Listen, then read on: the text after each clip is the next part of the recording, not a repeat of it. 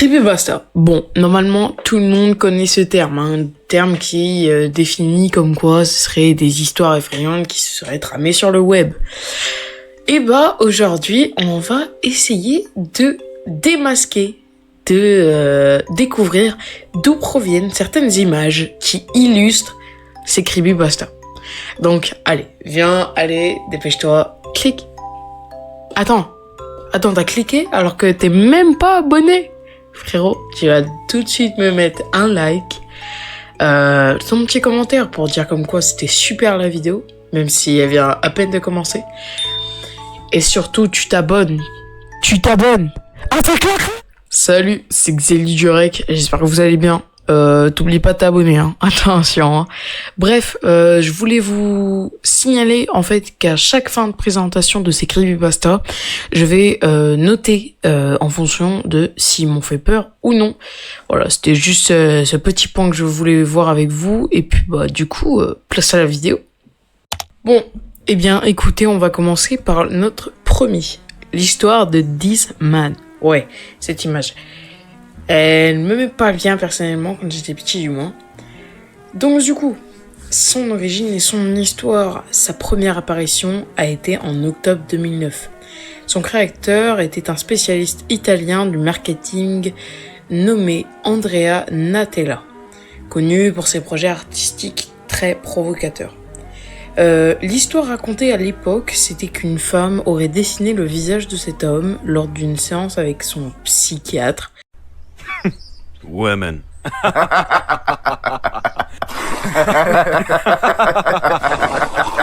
En affirmant qu'il apparaissait régulièrement dans ses rêves, sans qu'elle ne l'ait jamais rencontré. Le psychiatre aurait ensuite montré ce dessin à d'autres patients, dont plusieurs auraient dit avoir vu également le même homme dans leurs rêves. Mais est-ce que c'est vraiment réel ?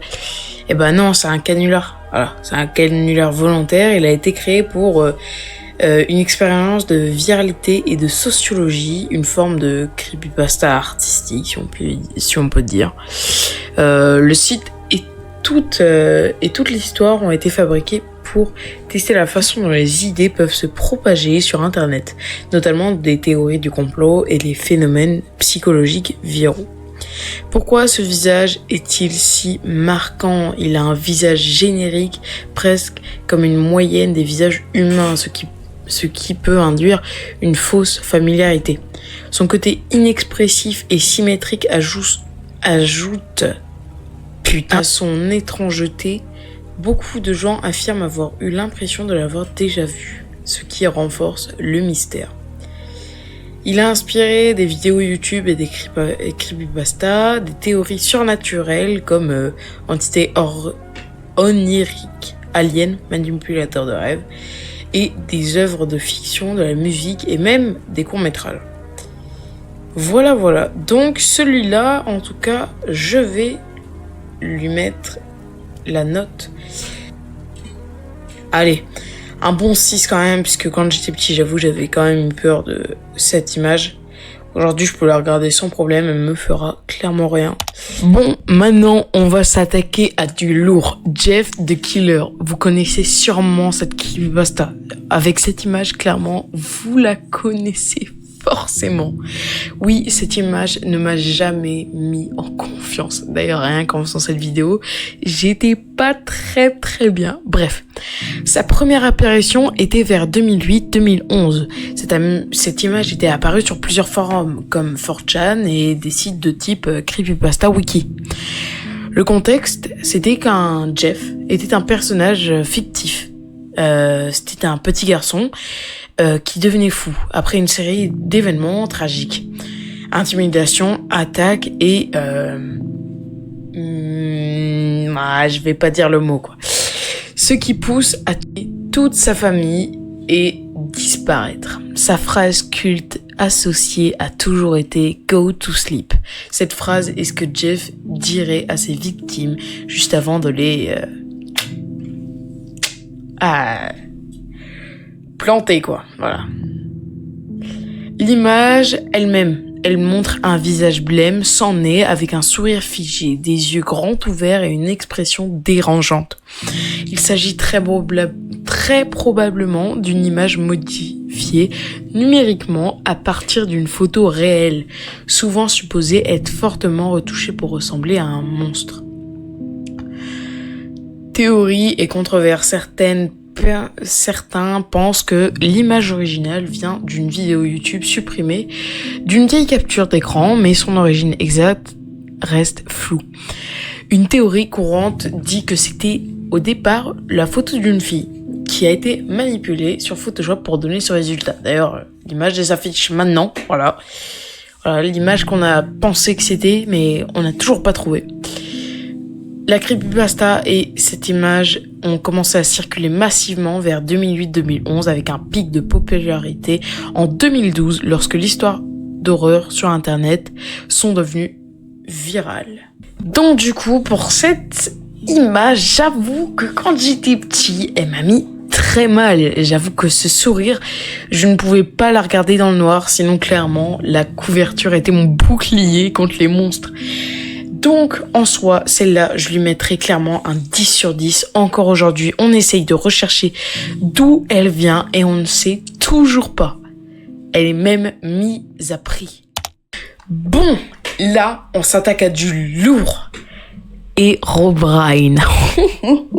Minecraft. Vers août-septembre 2010, un auteur anonyme ou pseudonyme qui a signalé avoir vu un personnage fantomatique sur les forums Minecraft de l'époque, notamment Minecraft.net. Selon la légende, un joueur aurait remarqué une silhouette humanoïde aux yeux blancs dans un monde solo, sans avoir activé le mode multijoueur. Ce personnage ressemblant à Steve, mais avec des yeux blancs se tenant au loin dans le brouillard.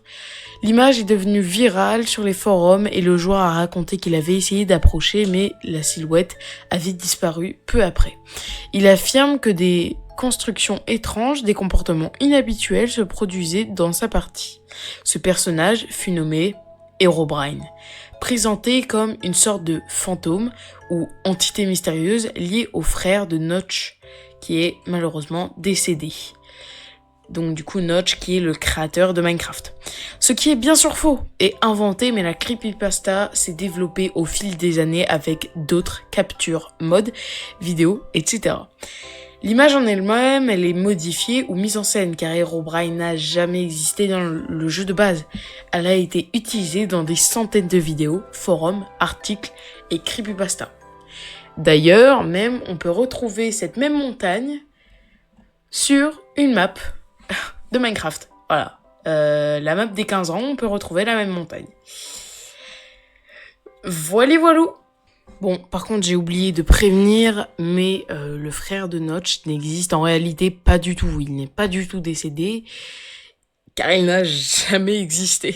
Voilà. Donc, du coup, pour moi, cette creepypasta mérite largement un 10 sur 10. Elle est approfondie et c'est surtout l'une des premières creepypastas sur un jeu vidéo. Et ouais, ça faut pas l'oublier ça. Mais vraiment, c'était le prime de l'époque quand on y croyait encore. Bon, eh bien, navré mesdames et messieurs, mais la vidéo va s'arrêter là. J'espère qu'elle vous aura plu. N'hésitez pas à me donner vos retours dans les commentaires. Et puis, on verra du coup si ça vous plaît et si vous voulez d'autres épisodes comme celui-ci. Manifestez-vous. Voilà, dépêchez-vous. Allez dans les commentaires, dites, je sais pas moi, claquette chaussette. Voilà, vous dites encore ça. Voilà, comme la dernière fois. Bref, merci d'avoir regardé et puis on se retrouve à la prochaine.